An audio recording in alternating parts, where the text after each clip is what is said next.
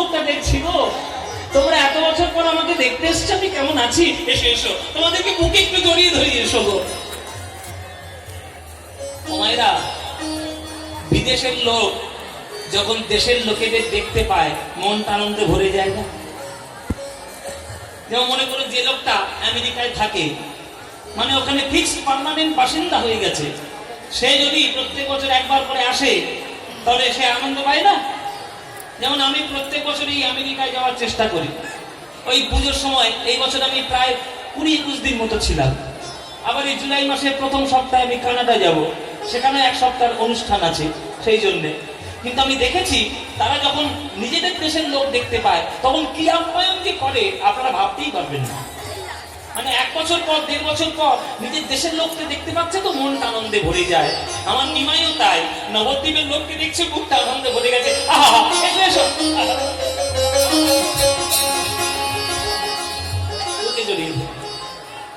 সবার সঙ্গে মহাপ্রভু অন্তরঙ্গ একেবারে আলিঙ্গন করে মিশে যাচ্ছে। সবার সঙ্গে আলিঙ্গন করতে করতে হঠাৎ একজনের দিকে তাকিয়েছে। দেখি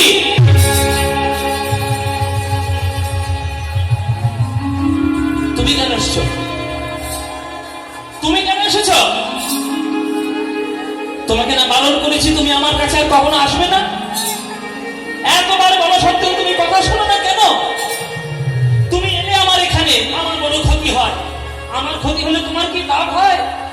তোমাকে বারবার বলেছি যাও বাড়ি যাও, আমি তোমার সঙ্গে দেখা করতে চাই না। যাও বাড়ি যাও। ভক্তরা সবাই স্তম্ভিত। কি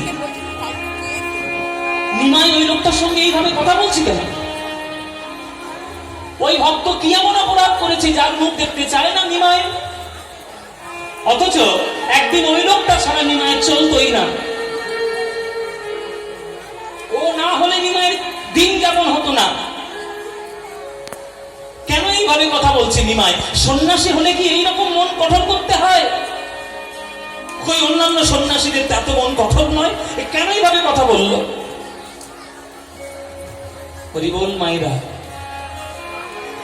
যাকে নিমাই এত বড় কথা বলল তিনি কে জানেন?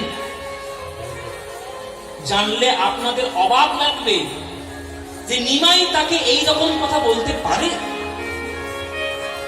তিনি কে? তিনি নিমাইয়ের নবদ্বীপের প্রাণের মানুষ, যিনি না হলে হরিনাম হতো না, যিনি না হলে দুয়ারে দুয়ারে কীর্তন প্রচার হতো না। তিনি হলেন নিত্যানন্দ প্রভু। আজ নিত্যানন্দকে এত বড় কথা বলছে। কেন এসেছ দাদা? তুমি কেন এসেছ?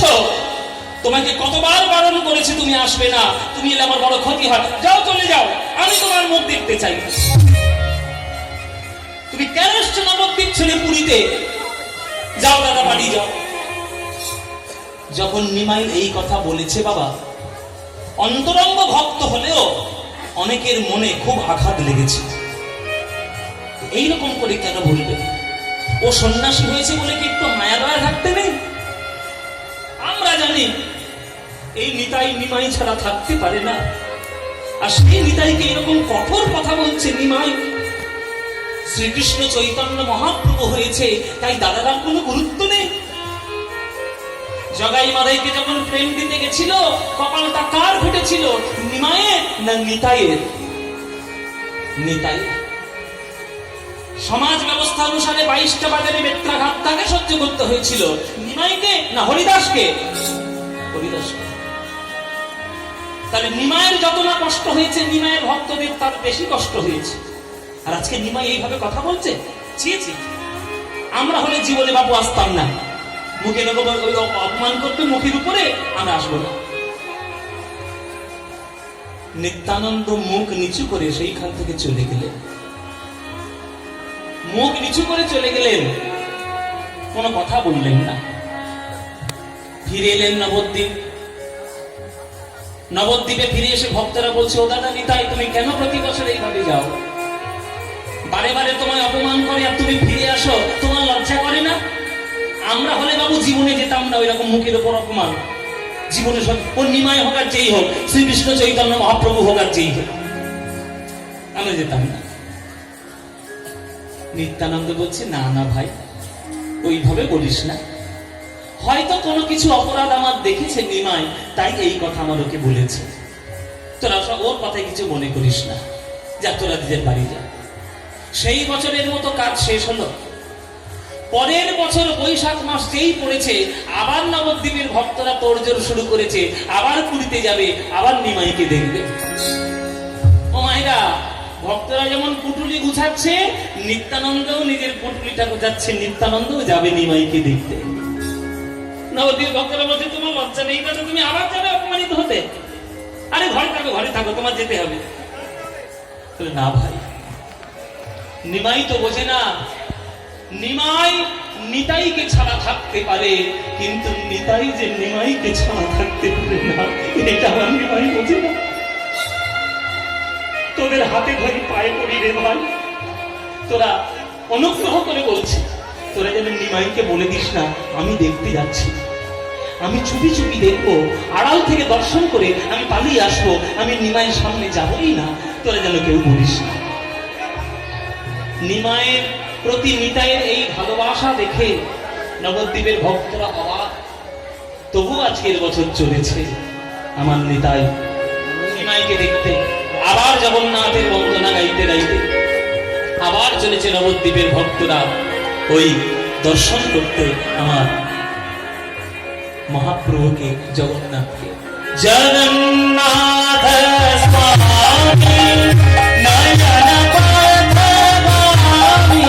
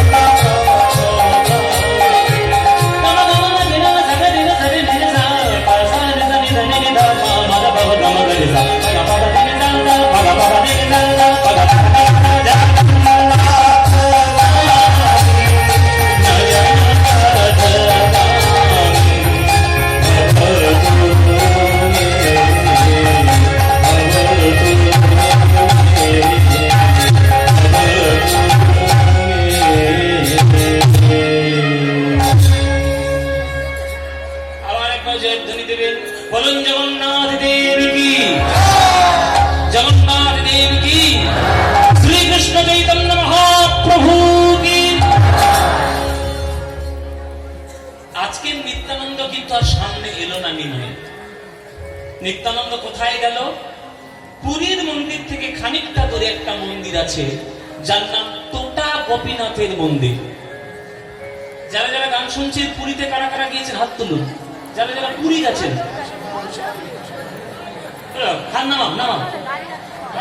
সবাই গেছে পুরীতে। পুরীতে গেছো, এইবার হাতটা তোলো। টোটা গোপীনাথের মন্দির কজন দেখেছ? এই দেখো, এইবার হাত উঠেছে মাত্র গুনে গুনে 10-15 খানা, তাও ওঠেনি। এইটাই তো আমাদের স্বভাব। আমরা পুরীতে যাই জগন্নাথকে দেখতে নয়, সমুদ্রের জলে আছাড় খেতে পুরী যাই।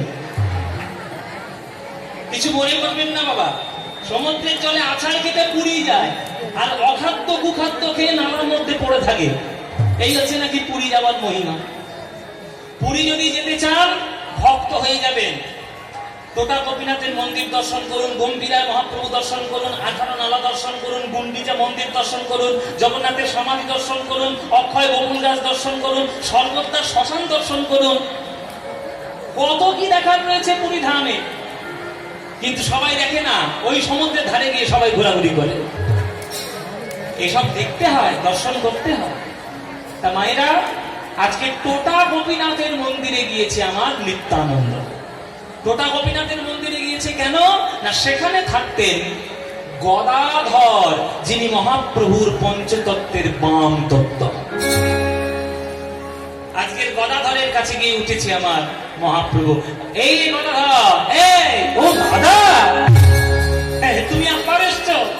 তোমার লজ্জা নেই দাদা? তোমার লজ্জা নেই?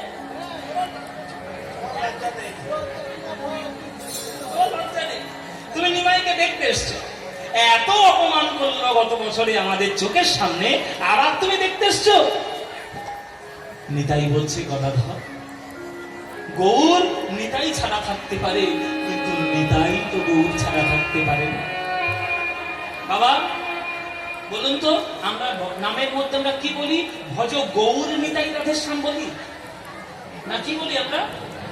ভজ নিতাই গৌর রাধেশ্যাম। তাহলে নিতার নামটা আগে, তাহলে যে নিতাইয়ের নাম গৌরের আগে, সেই গৌর নিতাইকে দেখতে চাইছে না। এটা আশ্চর্য ছাড়া কি হতে পারে? গদাধরের কাছে গেলে, তাই গদাধর, আমি তোর কাছে এসেছি, তোর আমি হাতে ধরি ভাই, তুই যেন নিমাইকে বলে দিস না আমি দেখতে এসেছি, আমি আড়াল থেকে দেখবো, আর চুপি চুপি করে আমি পালিয়ে যাবো। না না না দাদা, আমি মোটেও বলবো না, তুমি দেখতে এসছো, আমি কোনোদিন বলবো না। আচ্ছা তুমি যখন এসছো, তাহলে প্রসাদের ব্যবস্থা করি? বলে হ্যাঁ কর। তাহলে আমি তো ভিক্ষায় বেরোই? না না না না না, ভিক্ষায় বেরোতে হবে না।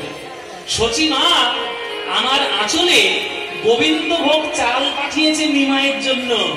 তুই সময় যখন পাবি একটু নিমাইকে প্রসাদ বানিয়ে খাইয়ে দিস, আর আজকে না ভিক্ষায় বেরোতে হবে না, ওই চাল থেকেই একটু চাল নিয়ে দুজনের জন্য একটু প্রসাদ তৈরি কর, তার কিছু লাগবে না। গদাধর রান্না করলেন বাবা গোবিন্দভোগ চালের অন্ন। মাঠে গিয়ে দেখলো কি শাক পাতা হয়েছে, একটু দেখলো, তুলে নিয়ে এসে সিদ্ধ করলো। আর বাঙালি বলে কথা, মুখে একটু স্বাদ না হলে হয়। সমুদ্রের নোনা জল নিয়ে এলো, আর দেখলো গাছে কচি কচি তেঁতুল পাতা হয়েছে। ওই তেঁতুল পাতা ফুটিয়ে ওই নোনা জলের সঙ্গে তেঁতুল পাতা টক করে দিল। ব্যাস, আজকের এইটা প্রসাদ। গোবিন্দভোগের অন্ন, শাক সিদ্ধ আর তেঁতুল পাতার টক। এইরকম প্রসাদ পেয়েছেন আপনারা কখনো? ভাগ্যে হয়েছে? হয়নি, আমারও হয়নি, হবেও না কখনো। চলো এই চলো, ভোগ যখন নিবেদন করা হবে, চলো একটু গান শুরু করা যাক, ভোগারতি গান করা যাক। ভোগারতি গান হবে, সবাই করজোরে বসবেন। আর মায়েরা, যেখানে যেখানে কীর্তন হয়, ভোগারতির গান না গাইলে দুপুর বেলায় মহাপ্রভুর প্রসাদ সম্পূর্ণ হয় না, তাই গাইতেই হয়। তাই চলো, আজকে গদাধর গোপীনাথের মন্দিরের সামনে 3খানা আসন পেতেছে। একদিকে বসেছে গদাধর, একদিকে বসেছে নিত্যানন্দ। নিত্যানন্দ বলছে 3টে আসন কেন? আমরা তো 2 জন। গদাধর বলছে আসন তো 3টেই রাখতে হবে দাদা, সামনে গোপীনাথ রয়েছে, ভগবানের জন্য একটা আসন থাকবে না? আগে ভগবানের জন্য আসন রাখতে হবে, তারপরে আমাদের আসন। তাহলে চলো ভগবতী গান শুরু করা যাক। সবাই করজোরে বসুন বাবা। আমাদের বাংলার পদাবলী সাহিত্যে এই গানটা না গাইলে মহাপ্রভুর ভোগ হয় না। সবাই মিলে আজকে আমরা গাইবো অরিজিনাল যেটা সুর, সেই অরিজিনাল সুরটা আপনাদেরকে শোনাবো আজকের একটু। সবাই করজোরে বসবে মায়েরা, ভোগারতির গান হচ্ছে। ভজপতি তুদ্ধারণ শ্রীগুর হরি, ভজপতি তুদ্ধারণ শ্রীগুর হরি, ভজপতি তুদ্ধারণ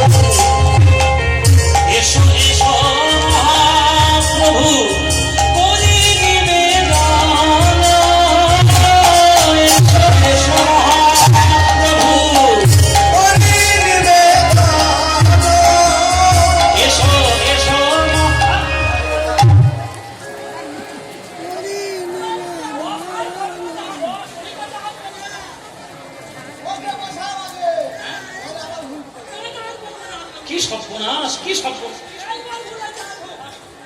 আমি নিমায়ের থেকে বাঁচবো বলে আমি চুপি চুপি তোর কাছে এসছি, আর গান গাইতে শুরু করেছি, এসো এসো মহাপ্রভু করি নিবেদন।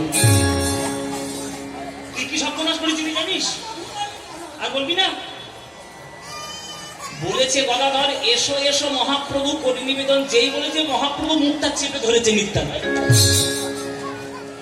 কি বললি? কেন দাদা আমি কি ভুল গাইলাম? বলে ভুল তুই গাসনি, তুই ঠিকটাই বা গাইলি কেন? এই যে তুই বললি এসো এসো মহাপ্রভু করে নিবেদন, এই কথাটা বলা মাত্রই যদি নিমায়ের কানে একবার পৌঁছে যায়, আর কি থাকবে? আমাদের এই গোপন তত্ত্ব আর থাকবে গোপন? চুপচাপ বসে থাক। অর্থাৎ আর গানটা গাইবে না? গানটা গাইবি, যেখানে যেখানে নিমায়ের নাম আছে সেইখানে হুম করে গাইবি, যেখানে যেখানে নিমায়ের নাম। কিরকম বল? এসো এসো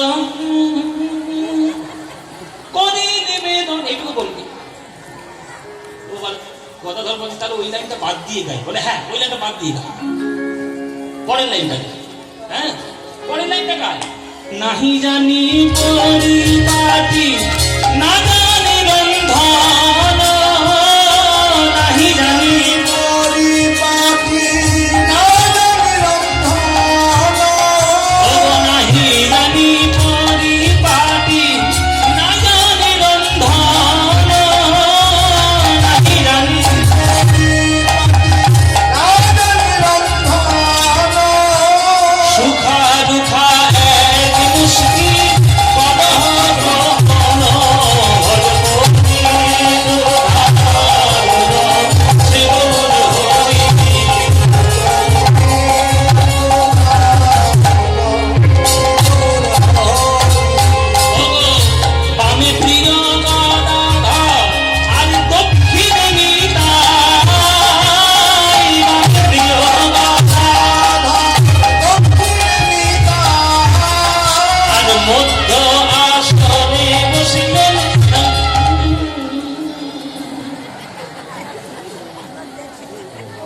মধ্য আসনে কে বসেন?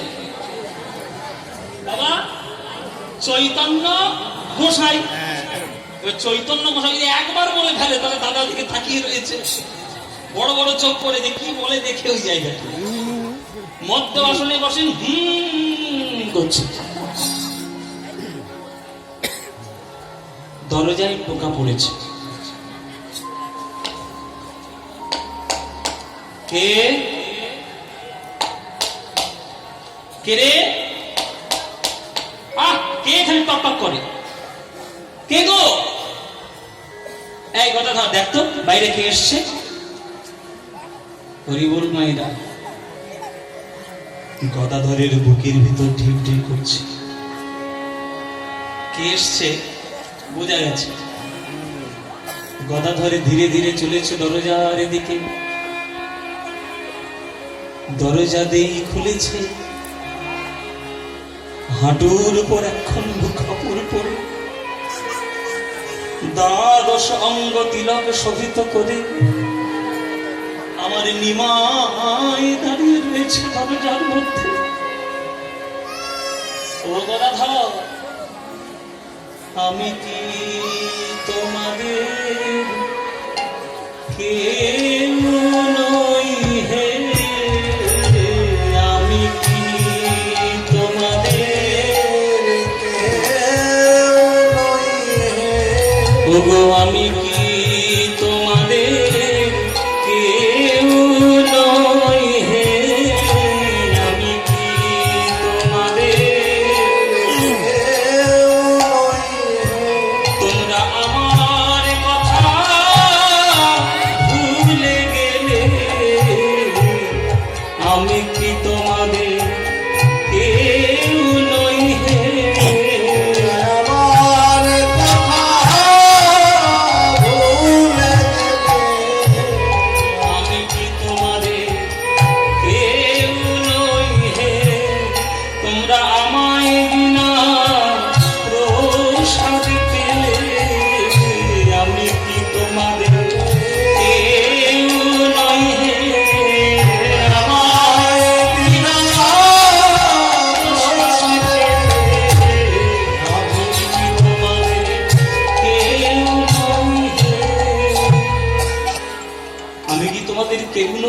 যেই বলেছে আমি কি তোমাদের কেউ নই, গদা ধরা ছাড় কে পড়েছে প্রভুর চরণে। প্রভু তুমি কি করে বললে আমি তুমি আমাদের কেউ নও? ওই দেখো আসনের দিকে, দেখো আসনের দিকে তাকিয়ে, দুই দিকে আমরা বসেছি, মাঝখানের আসনটা তোমার জন্য ফাঁকা রেখে দিয়েছি প্রভু।